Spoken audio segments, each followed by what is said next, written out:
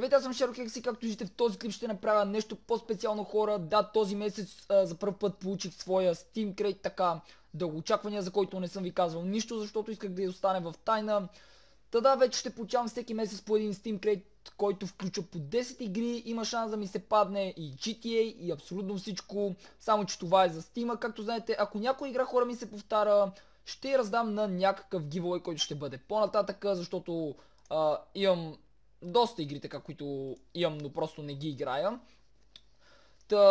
Също така, долу в описанието ще има един линк, където ако искате да се запишете ви за този Steam Crate, който може да получавате всеки месец на 16, може да го направите от моя линк. По този начин вие ще ми помогнете и аз ще започна да получавам, например, някой път по-големи крейтове и такива нещица.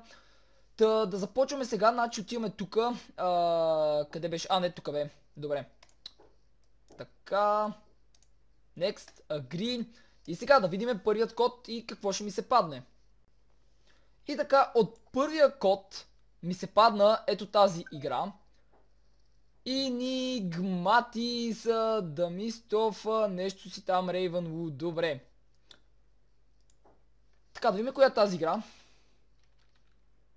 Как беше? Момент. Чакайте, че аз се забравих. Така. Enigmatis, добре. Малко трудно запомням такива неща. Enigmatis, ето я. Не, чакайте, не е тази. Ето я. Да видим играта. 2013 година. Не е много нова. Добре, изглежда стори игра. Very positive. 98% от хората са дали на играта позитивен коментар. Изглежда интересна. Може да си разцъкам. Да. Не кой знае колко зле играта. Аз не бих дал толкова пари за такава игра. Но все тая, хора, падна ми се кофта игра. Също така тя е и синглплеер, тъй че просто няма шанс да видите как аз играя тази игра. Да видим сега какво ще ми се падне и от вторият код. Така, продължаваме. И продукт already owned. Играта е Knights and Merchants. Добре.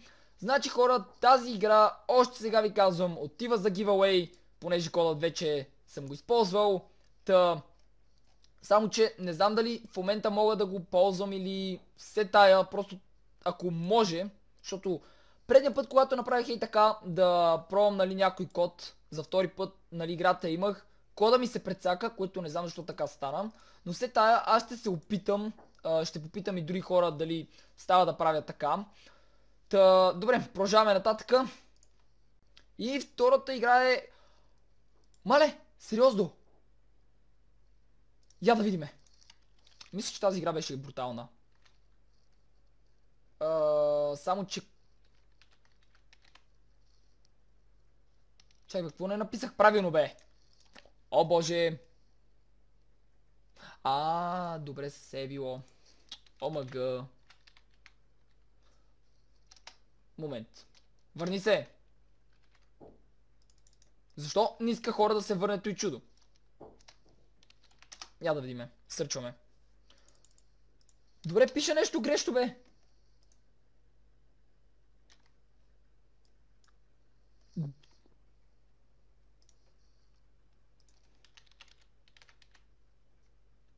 Аха! Мале! Играта струва 50 евро! What the fuck? Праскам някаква година и... Играта е 2014, иначе. Едва ли цената в момента е толкова, нищо че в Steam пише, че е толкова. Я да ви да чул съм за тази игра, но никога не съм я играл. Така... Изглежда интересна.